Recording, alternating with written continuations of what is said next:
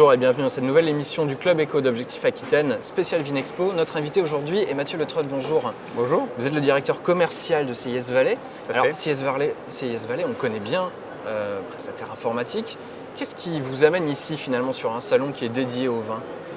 Écoutez, CIS Valais effectivement est très présent dans l'environnement économique de Bordeaux, mais pas seulement, puisqu'on a également des agences sur Nantes, Orléans et Toulouse. Donc on est finalement un acteur assez important dans le secteur informatique. Et donc historiquement, on a un ancrage très fort sur Bordeaux, avec des grands acteurs du vin et toute la panoplie des acteurs économiques autour de ce secteur. Donc historiquement, on a effectivement sur nos trois activités, la première activité c'est l'intégration d'infrastructures un peu complexes, mise en place de solutions d'infrastructures pour apporter de la continuité d'activité à nos clients. On travaille avec Castel et Nicolas depuis de nombreuses années et on met en place des plans de continuité d'activité chez eux. On travaille également avec le CVBG. Sur l'infogérance, qui est également une de nos activités phares sur lesquelles on a une très forte croissance. On travaille historiquement avec des gens comme Baron Philippe de Rothschild, pour lesquels on offre une palette de services très importante qui va de l'infogérance complète de leur système d'information jusqu'au support utilisateur sur l'informatique, mais également d'autres acteurs comme Lynchbage qui nous a également fait confiance, Bechevel, les Châteaux Beaumont, les grands millésimes de France. Oui, ce sont des acteurs réputés quand même. Des acteurs réputés. On travaille également avec le CIVB, pour lequel on met en place, on a mis en place un extranet pour l'ensemble des adhérents du CIVB, qui leur permet d'avoir des informations qui leur sont utiles pour leur activité professionnelle. Mais ça sort également du cadre de Bordeaux.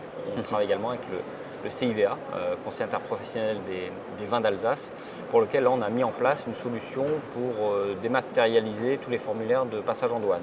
Donc une activité finalement assez variée et assez représentative de l'ensemble des activités de l'entreprise. Vos trois pôles d'activité finalement s'adressent aussi au monde du vin. Forcément, on a construit et fait évoluer nos pôles d'activité en fonction des besoins du marché. Donc des besoins qui sont assez vastes et qui tournent autour de la disponibilité des infrastructures. Comment effectivement apporter de plus en plus de disponibilité pour les infrastructures, donc pour les applications métiers de nos clients, mais également tout ce qui tourne autour de l'infogérance. Aujourd'hui, les châteaux, le monde du vin fonctionne avec des équipes informatiques traditionnellement réduites. Donc effectivement, on est à même de les accompagner dans leur réflexion pour améliorer à la fois la sécurité, à la fois la disponibilité. Et puis on est dans un monde qui évolue énormément avec les nouvelles technologies et la capacité que l'on a à rendre des applications mobiles pour faciliter, on va dire, l'accès à l'information, par exemple pour des forces commerciales qui sont amenées à se déplacer et donc à nécessiter de l'information en ligne et à l'utiliser et à l'exploiter, sont des challenges très importants aujourd'hui pour les acteurs du monde du vin. D'accord. C'est un challenge pour vous justement de maintenir une qualité de service malgré des budgets qui sont, j'imagine, relativement contraints ou tout au moins létals depuis quelques années. Tout à fait. Budget informatique. C'est un très bon point. C'est effectivement les budgets, on va dire, sont assez restreints. Dans le monde du vin, ce n'est pas des budgets informatiques qui sont importants. On ne va pas dire qu'ils sont en réduction, mais ils sont stables. Et dans ce contexte de stabilité, c'est des équipes réduites, des budgets en stabilité, donc pas d'augmentation de la dépense informatique, mais par contre un niveau de service toujours attendu au plus haut niveau par les utilisateurs. D'accord. Alors ça nous pousse, nous, à trouver en permanence de nouvelles offres pour essayer d'être réactifs, agiles. Et par exemple, on vient d'annoncer une offre qui s'appelle CIS Secure Valley et qui permet à tous nos clients de sauvegarder par exemple des postes de travail en ligne dans un coffre-fort numérique, un coffre-fort de données qui est dans l'un de nos data centers dans le Tarn et qui permet effectivement d'avoir en permanence toutes les données de nos clients en ligne.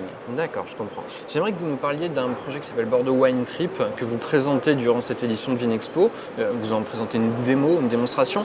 Qu'est-ce que vous pouvez nous dire sur ce projet ? Alors, Bordeaux Wine Trip, je vous parlais du CIVB tout à l'heure pour lequel on avait développé un extranet. On a également développé une application grand public qui s'appelle Bordeaux Wine Trip, que je vous engage d'ailleurs à aller visiter sur le stand, et qui permet à n'importe quel touriste ou amateur de vin dans Bordeaux de pouvoir, à travers cette application, se déplacer, savoir où il peut boire tel ou tel type de vin, dans quel restaurant il va pouvoir déguster, quels sont les châteaux qu'il va pouvoir visiter que ce soit dans le Saint-Émilion, dans le Médoc, dans tout l'environnement bordelais, et qui finalement est une espèce c'est un guide, une bible. Voilà, une bible du vin, un guide touristique du vin sur Bordeaux et sur application que vous pouvez retrouver sur tablette ou sur application iPhone. D'accord. Donc ça a été développé par les équipes de CIS Valley en partenariat avec le CIVB.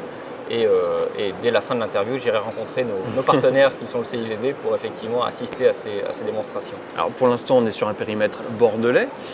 Est-ce que vous aimeriez dupliquer cette initiative peut-être ailleurs? Est-ce que vous réfléchissez déjà à voir sur d'autres territoires s'il serait possible de le mettre en place? Écoutez, ce que l'on fait pour le CIVB, ce que l'on fait pour le CIVA, il n'y a pas de raison qu'on ne puisse pas le faire pour le CIVL, les vins de Loire. On a également été en approche avec les vins du Roussillon, donc forcément l'ensemble des services que l'on apporte aux entreprises du vin à Bordeaux sont tout à fait opérables sur d'autres régions. Et avec nos forces commerciales qui sont réparties sur l'ensemble du territoire, on a tout à fait cette capacité en tout cas à étendre notre champ d'action et notre portefeuille d'offres. D'accord. Mathieu Le Trott, merci beaucoup d'avoir répondu à notre invitation et bonne journée.